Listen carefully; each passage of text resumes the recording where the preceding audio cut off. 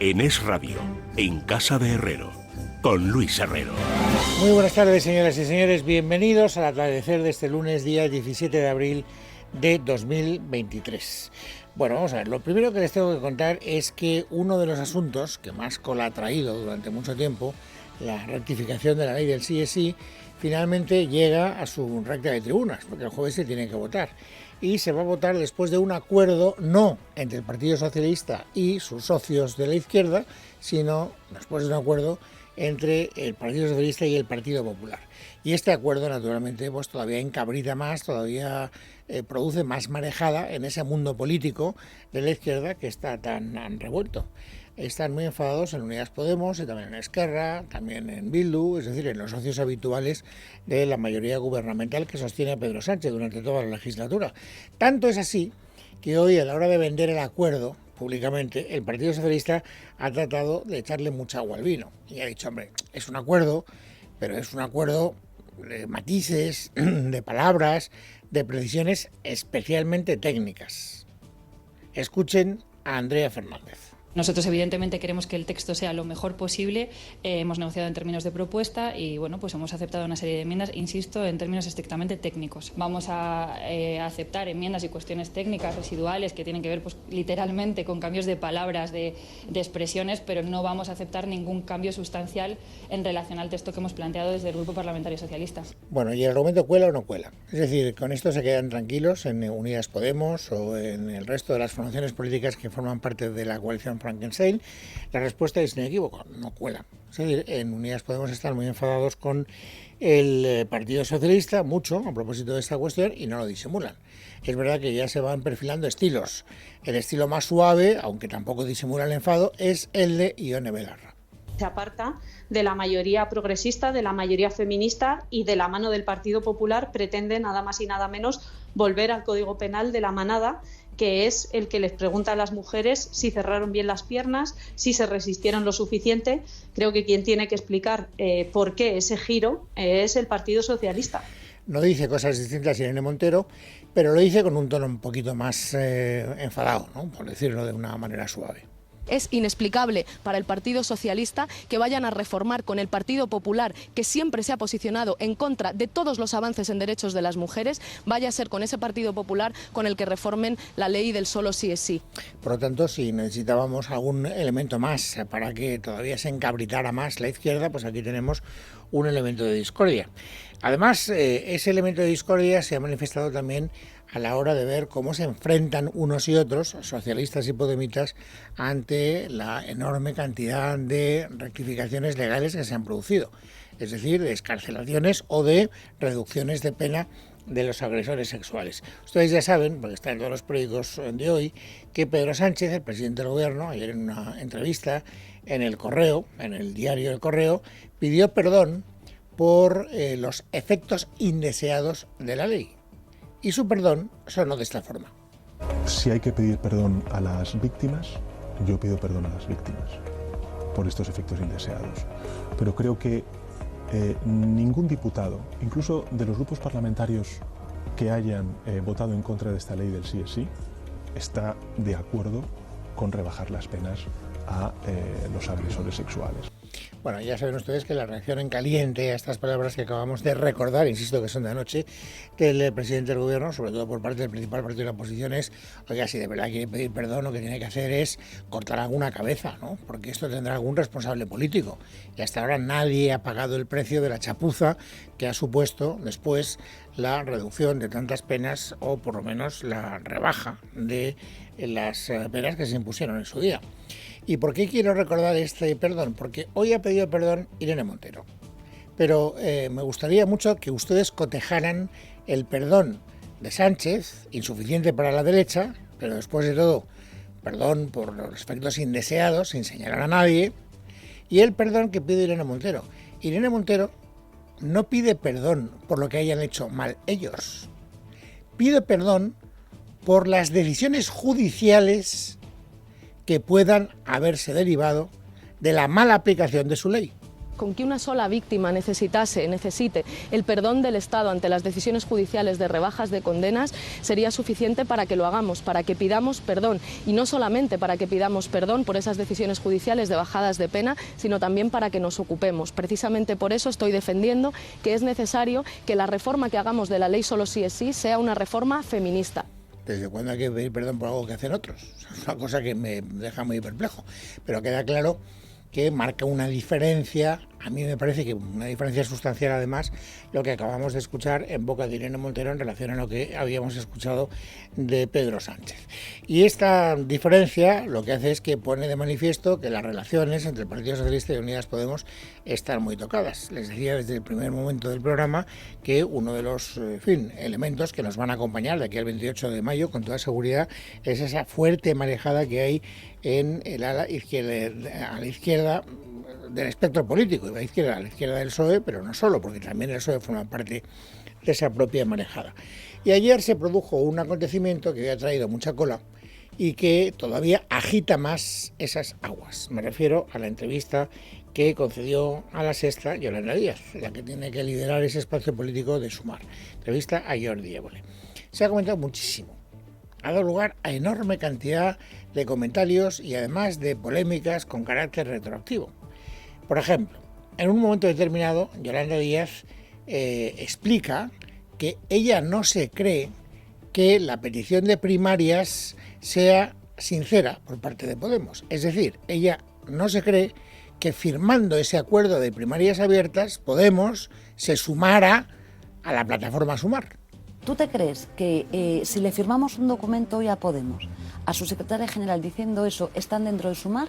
Yo te digo que no. Si yo sé muy bien lo que quieren los partidos políticos, sé de lo que hablan los partidos. Hablan de cuánto dinero, cuántas listas y poquito del programa. Si es una tristeza esto, Jordi, pues ya está, no hay problema. Queda mucho tiempo para hacer esto. Pero vamos, tengo clarísimo que cuando uno quiere estar, está. Por lo tanto, si no está Podemos es porque no quiere estar.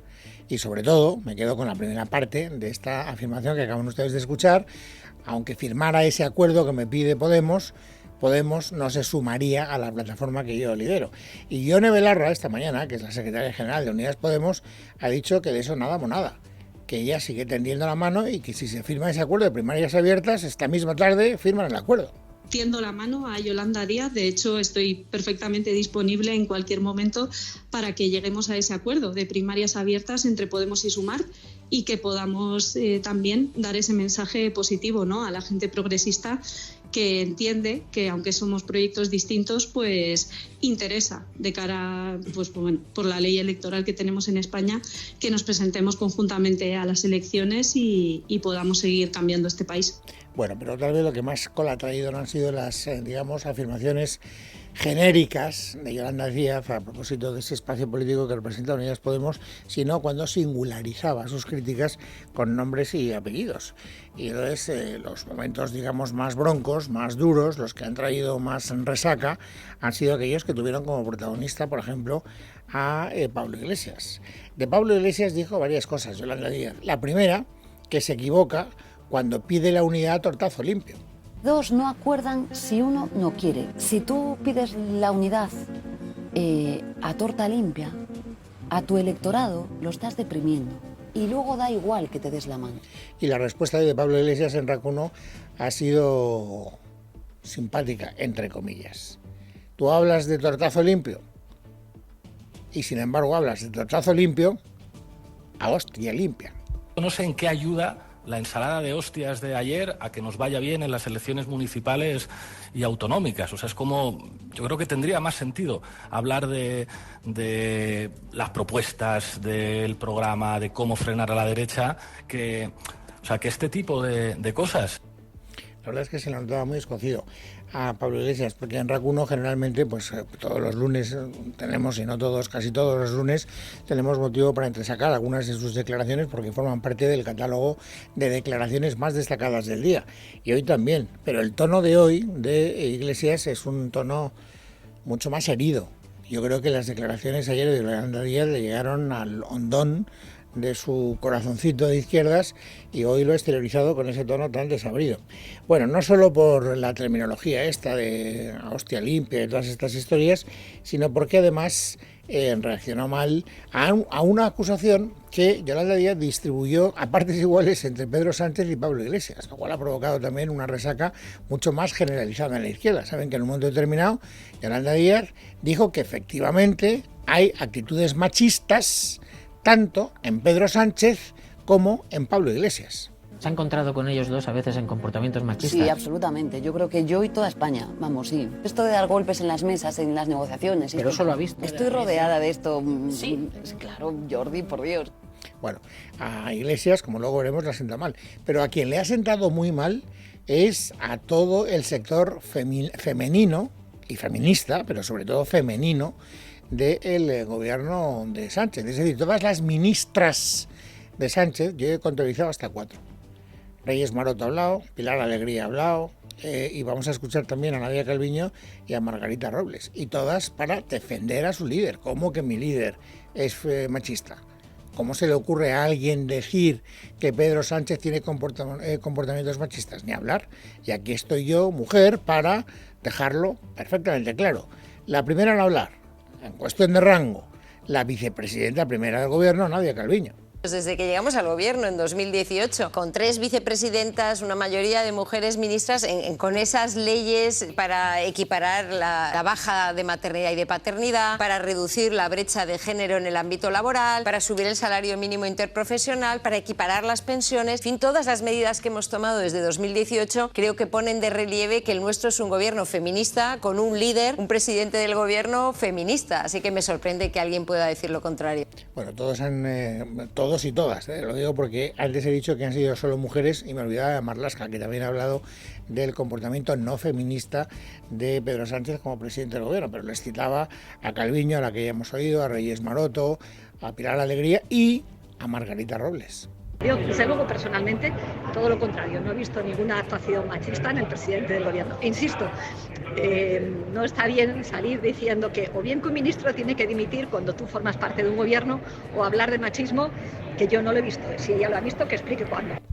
Así que si Yolanda Díaz quería enfadar a unos y a otros, es decir, a socialistas y a podemitas, lo ha conseguido de una manera bastante inequívoca, porque ha habido críticas a lo que ayer dijo Yolanda Díaz por los dos lados. La gran pregunta es, bueno, y después de la intervención televisiva de Yolanda Díaz, ¿cómo está la cuestión de fondo? Es decir, ¿estamos más cerca o más lejos de que se pueda llegar a un acuerdo de cara a las elecciones generales entre lo que representa Sumar y lo que representa Podemos? Y aquí hay cuestiones curiosas. Por ejemplo, Pablo Iglesias, que es el que ha estado más duro, es en el fondo todavía, dice él, no sé si creerle, pero él lo dice, moderadamente optimista. O sea, esto de cascarrabias, ¿sabéis cómo fue? O sea, esto es una cosa que el equipo de comunicación de Sumar trasladó por fuentes a los periodistas. Dijeron por fuentes a los periodistas, Yolanda ha dicho que eres un cascarrabias. Y tengo la copia del mensaje, porque como si tú quieres que algo se sepa, lo que tienes que hacer es decírselo en off a un periodista, tengo esos mensajes. Entonces es como, joder, compás.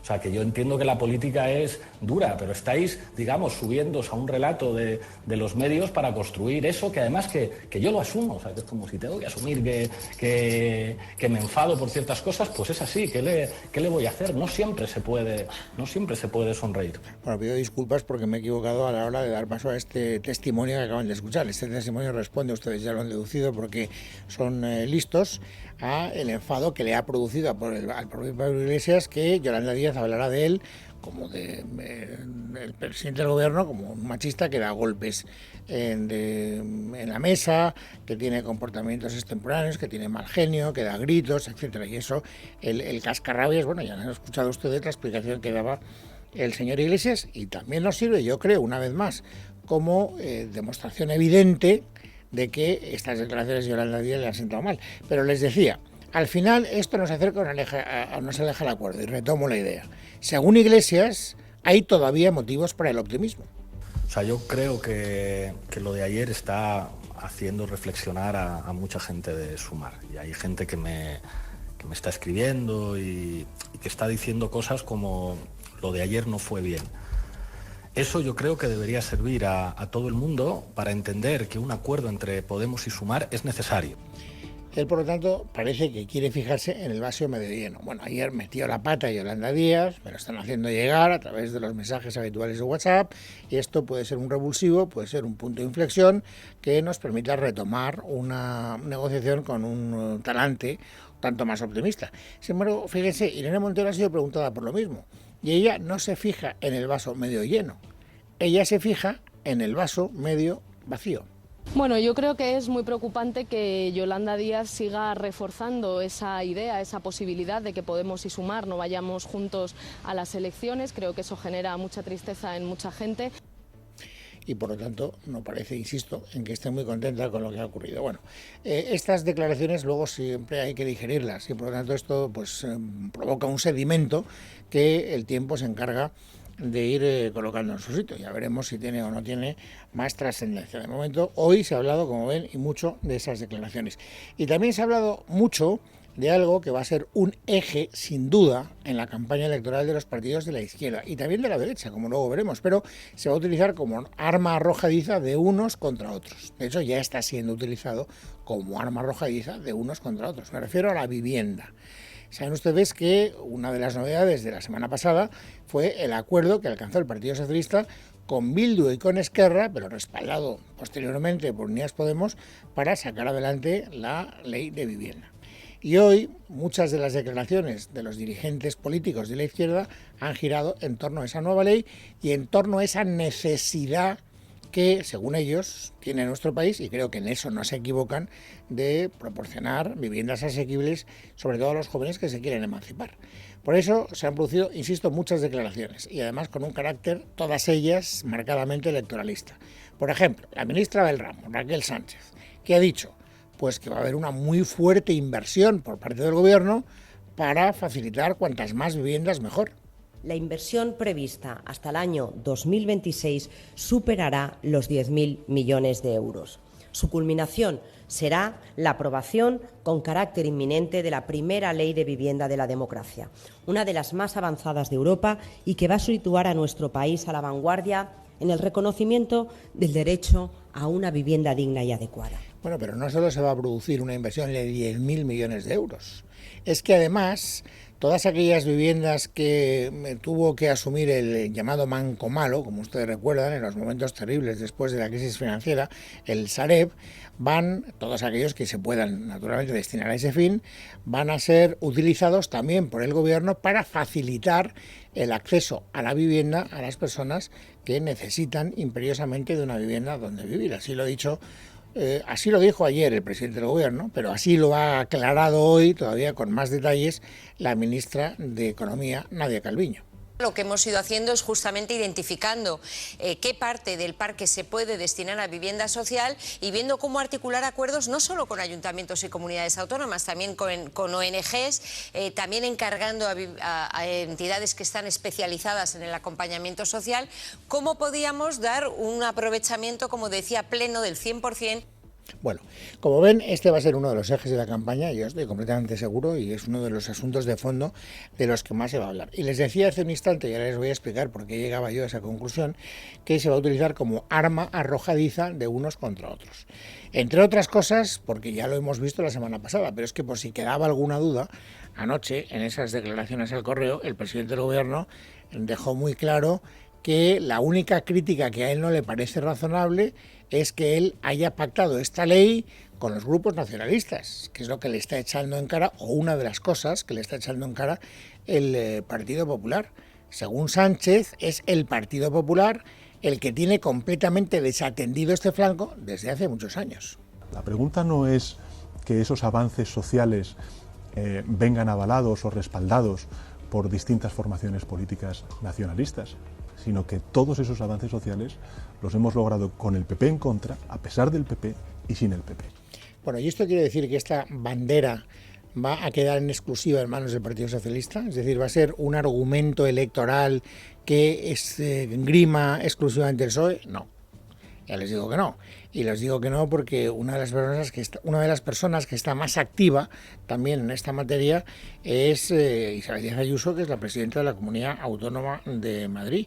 Ella ha dejado muy claro que antes de que el Partido Socialista mostrara tanta atención y tanto interés por la vivienda, su gobierno autonómico, estaba volcado en esta prioridad, pero vamos, con las dos manos. Nosotros desde hace ya unos meses estamos anunciando que la vivienda va a ser el objetivo en la siguiente legislatura, si los madrileños me dan su confianza, que va a ser la legislatura de la vivienda en Madrid.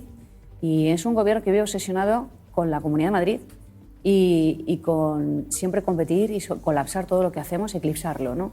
Ahí tienen ustedes la demostración de lo que a mí me ha llevado a concluir que esto se va a convertir en arma arrojadiza de unos contra otros.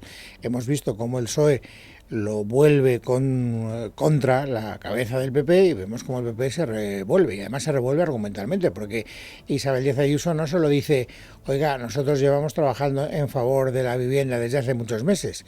Es que para trabajar en favor de la vivienda, y esta es la idea fundamental que creo que va a esgrimir en campaña el Partido Popular, no hace falta aplaudir la ley del señor Sánchez, porque la ley del señor Sánchez, según Isabel Díaz Ayuso, no solo ayuda, sino que perjudica. Preside un gobierno que cumple las normas, que cumple la ley, pero allá donde no sea obligatorio no lo voy a hacer, y desde luego con todas mis competencias recurriré en los tribunales que se pueda, pues es un atropello contra la propiedad y sobre todo podrá sonar bien, pero eso no funciona aquí ni en ningún lugar del mundo. Yo soy la primera interesada, yo llevo 20 años viviendo de alquiler y sé muy bien lo que digo. Bueno, pues lunes 17 de abril de 2023. Vamos, amigos, ahora a completar el paisaje informativo sobresaliente de este día. Esther Nieto, bienvenida, buenas tardes. Buenas tardes, Luis. Con la mirada puesta en las próximas elecciones del 28 de mayo, este lunes nos deja varias encuestas que presentan un panorama complicado para el PSOE. Según los datos, los socialistas perderían 3 comunidades autónomas clave, como son la Comunidad Valenciana, Aragón y Castilla-La Mancha. Recordamos que tras estos comicios, la opinión pública podría tener un gran impacto sobre las expectativas de las siguientes elecciones generales del mes de diciembre. Javier García, cuéntanos. La encuesta elaborada por Data 10 para OK Diario muestra que el PP arrebataría la Generalidad Valenciana a Chimo Puig al alcanzar la mayoría absoluta con Vox, que sumarían 51 diputados. Un dato para destacar es el de Podemos, que tendría un 5,9% de los votos, y si cayese por debajo del 5%, la izquierda perdería sus opciones de revalidar gobierno. Aragón también sería una comunidad que caería al lado de la derecha, donde Jorge Azcón podría ser el nuevo presidente. El estudio de NC Report para La Razón señala que el PP lograría 27 escaños a 7 de la mayoría absoluta, que son exactamente los que logra Vox. Por su parte, el Partido Socialista obtendría 23 diputados que no le alcanzarían para gobernar. Sería clave, Aragón existe, que conseguiría 4 escaños y que si la derecha no alcanzara la mayoría serían determinantes. Por último, en Castilla-La Mancha, la encuesta de Sigma 2 para El Mundo refleja que el socialista Emiliano García Paje obtendría entre 15 o 16 escaños, los populares conseguirían entre 13 y 15 y Vox 3 o 4, es decir, la suma de ambos partidos estaría casi en todos los casos por encima de los 17 escaños que marcan la mayoría absoluta en la región. Mientras tanto, el efecto Ayuso sigue creciendo en la Comunidad de Madrid. Hoy hemos conocido también los resultados del barómetro de GAT3 para ABC, según el cual Isabel Díaz Ayuso conseguiría la victoria en las elecciones autonómicas del 28 de mayo. La actual presidenta de la Comunidad de Madrid lograría el 48,5% de los votos y entre 67 y 69 diputados, situándose la mayoría absoluta en 68. Jesús Sánchez, buenas tardes. Buenas tardes. El último sondeo publicado hoy mismo confirma una tendencia y es la mayoría absoluta de Isabel Díaz Ayuso. La presidenta de la Comunidad de Madrid y candidata del PP a la reelección conseguiría entre 67 y 69 escaños de los 135 que habrá en esta legislatura y que fijan en 68 la mayoría absoluta. Ayuso no se confía. Me anima a pensar qué legislatura quiero, cómo vamos a hacer las cosas, también cómo poner muchos contrapesos internos, porque no quiero que nadie se relaje. Estoy haciendo una profunda renovación del proyecto en Madrid. Yo tengo la sensación de que me faltan 10 escaños, fíjate. Lejos de pensar que me sobran, me faltan. Y atención, porque según esta encuesta de GAT3 para el diario ABC, el PSOE de Juan Lobato quedaría en segunda posición con el 18,3% de los votos entre los 24 y los 26 escaños, por lo que superaría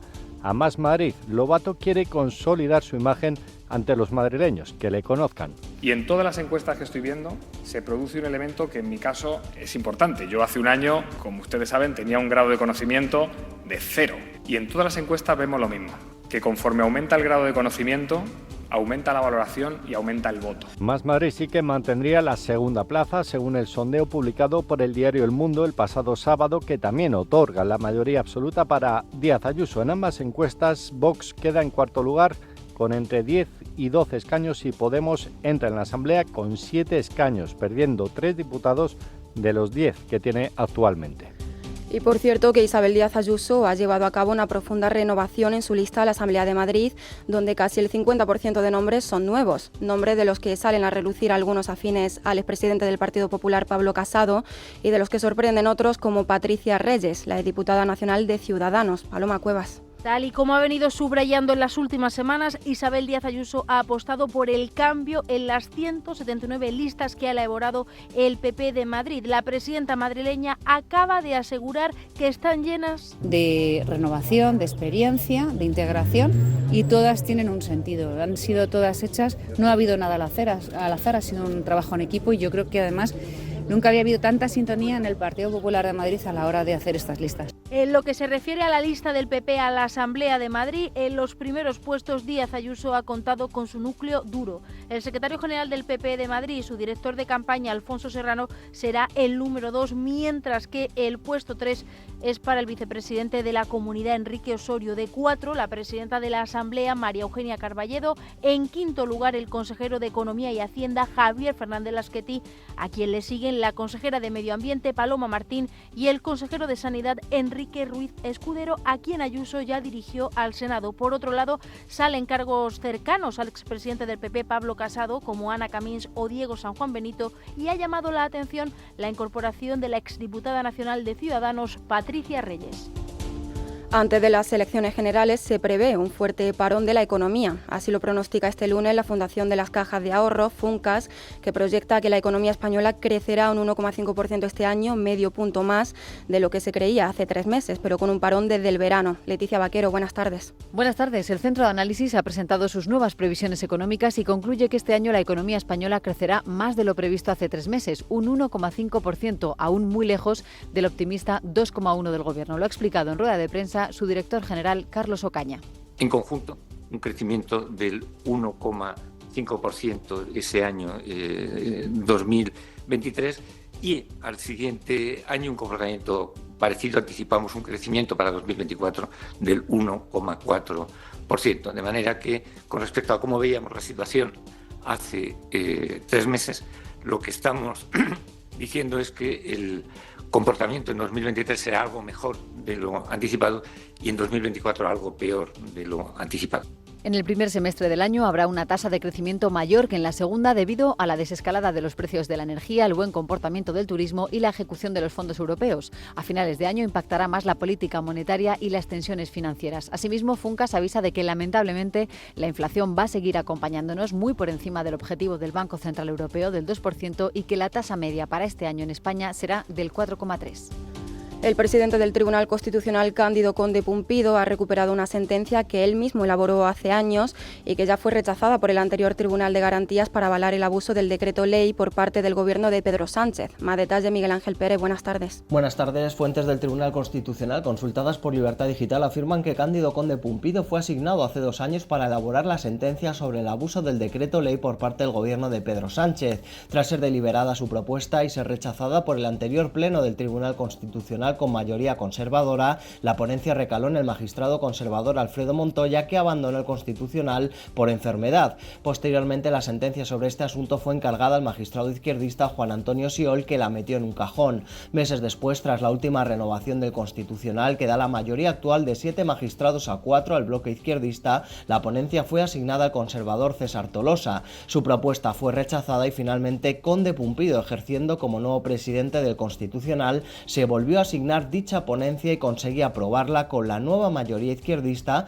a pesar de que años atrás ya había sido rechazada en el seno del propio tribunal por la anterior mayoría conservadora. Las mismas fuentes consultadas denuncian que la actuación de Conde Pumpido es una auténtica cacicada. La sentencia de Conde Pumpido, cuando era magistrado, fue aprobada hace 2 semanas gracias al voto de los 7 magistrados que integran el bloque izquierdista y niega que el ejecutivo de Pedro Sánchez incurriese en un uso abusivo o arbitrario de los decretos ley. En Cataluña, el anuncio verbalizado la semana pasada por el presidente separatista para agilizar una propuesta de referéndum sigue cosechando recelos en el seno del propio independentismo. Los de Puigdemont desprecian el conocido como acuerdo de claridad que plantea Pere Aragonés. Esmeralda Ruiz.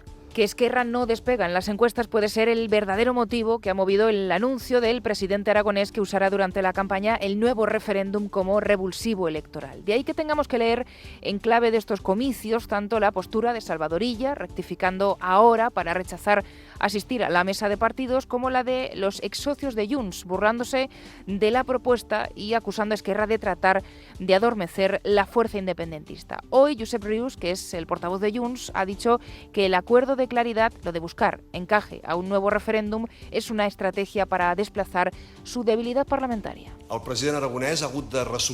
presidente aragonés ha tenido que resucitar a toda prisa el tema del acuerdo de claridad para tapar sus fracasos como gestor, presentando propuestas que nacen muertas. El acuerdo de claridad busca tapar la oscuridad del gobierno de Pere Aragonés. Pese a la evidente soledad en Esquerra, dicen que los trabajos para el llamado acuerdo de claridad avanzan por parte del gobierno separatista, aunque por ahora con un único apoyo en el Parlamento, el de los comunes. Les contamos también que Dani Alves ha reconocido hoy ante el juez por primera vez que mantuvo una relación sexual con penetración con la mujer que le denuncia por violación. Eso sí, el futbolista dice que esa relación fue consentida y que mintió para preservar su matrimonio.